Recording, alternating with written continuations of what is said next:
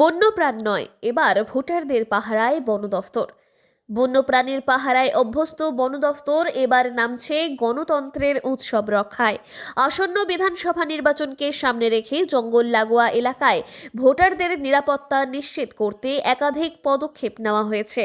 জেলার বিস্তীর্ণ বনাঞ্চল এবং চা বাগান ঘেরা এলাকায় মাঝে মধ্যেই বন্যপ্রাণীর হানার ঘটনা ঘটে, যা ভোটারদের মধ্যে আতঙ্ক তৈরি করে।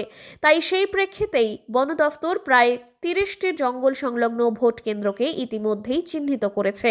ভোটের দিন সকাল থেকেই এই কেন্দ্রগুলিতে কড়া নজরদারি চালানো হবে। শুধু বুথের ভেতরেই নয়, আশেপাশের এলাকাতেও নিয়মিত টহল দেবেন বনকর্মীরা।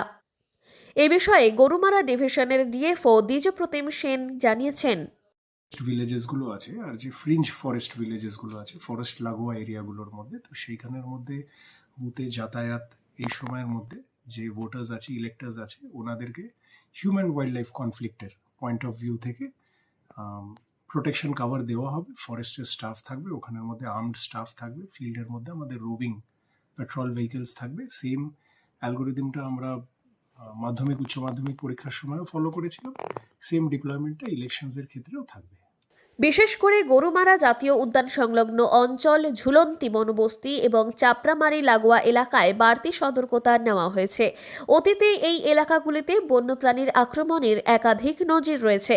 বন দফতরের পক্ষ থেকে জানানো হয়েছে, কোনো ভোটার জঙ্গলের পথে সমস্যায় পড়লে তাদের নিরাপদে বুথে পৌঁছে দেওয়ার দায়িত্ব নেবেন বনকর্মীরাই।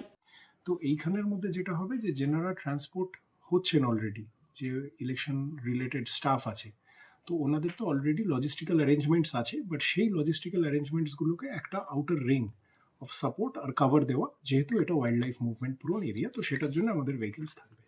জঙ্গল এলাকায় কতগুলো বুথ রয়েছে স্যার? আমাদের এই এরিয়ার মধ্যে যেটা আমাদের forest villages are fringe forest villages রয়েছে, তো ওইটার একটা রোস্টার আমরা কমিউনিকেশনের মধ্যে রয়েছি, তো সেইটা আমাদের কাছে আসছে ফাইনালটা। এখনো আনুমানিক কতগুলো হতে পারে? আবার ওটা about more then 30 booths.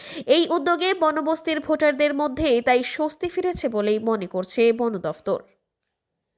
Jalpaiguri থেকে সুরজিৎ দে রিপোর্ট, লোকাল 18 বাংলা।